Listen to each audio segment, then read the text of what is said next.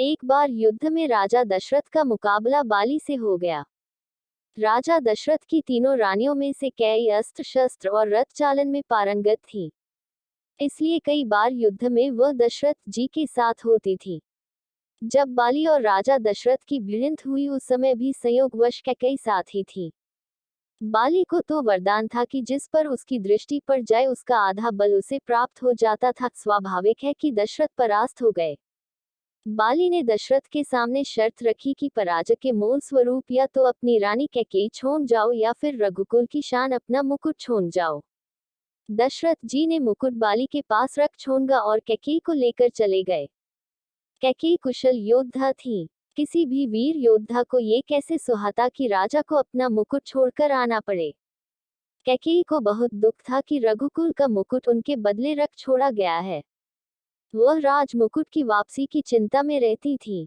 जब श्री राम जी के राजतिलक का समय आया तब दशरथ जी व कैकेयी को मुकुट को लेकर चर्चा हुई।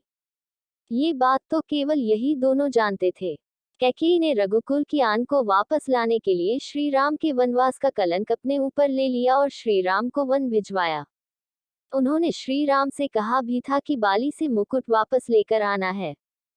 श्री राम जी ने जब बाली को मारकर गिरा दिया, उसके बाद उनका बाली के साथ संवाद होने लगा। प्रभु ने अपना परिचय देकर बाली से अपने कुल की शान मुकुट के बारे में पूछा था। तब बाली ने बताया, रावण को मैंने बंदी बनाया था। जब वह भागा तो साथ में छल से वह मुकुट भी लेकर भाग गया। प्रभु मेरे पुत्र को सेवा में ले लें, वह अपने प्राणों की बाजी लगाकर आपका मुकुट लेकर आएगा। जब अंगद श्री राम जी के दूत बनकर रावण की सभा में गए, वहां उन्होंने सभा में अपने पैर जमा दिए और उपस्थित वीरों को अपना पैर हिलाकर दिखाने की चुनौती दे दी।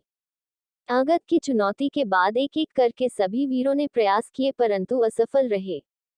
अंत में रावण अंगद के पैर दिगाने के लिए आया। जैसे ही वह अंगद का पैर हिलाने के लिए झुका, उसका मुकुट गिर गया। अंगद वह मुकुट लेकर चले आए। ऐसा प्रताप था रघुकुल के राज मुकुट का। राजा दशरथ ने गंवाया तो उन्हें पीड़ा झेलनी पड़ी, प्राण भी गए।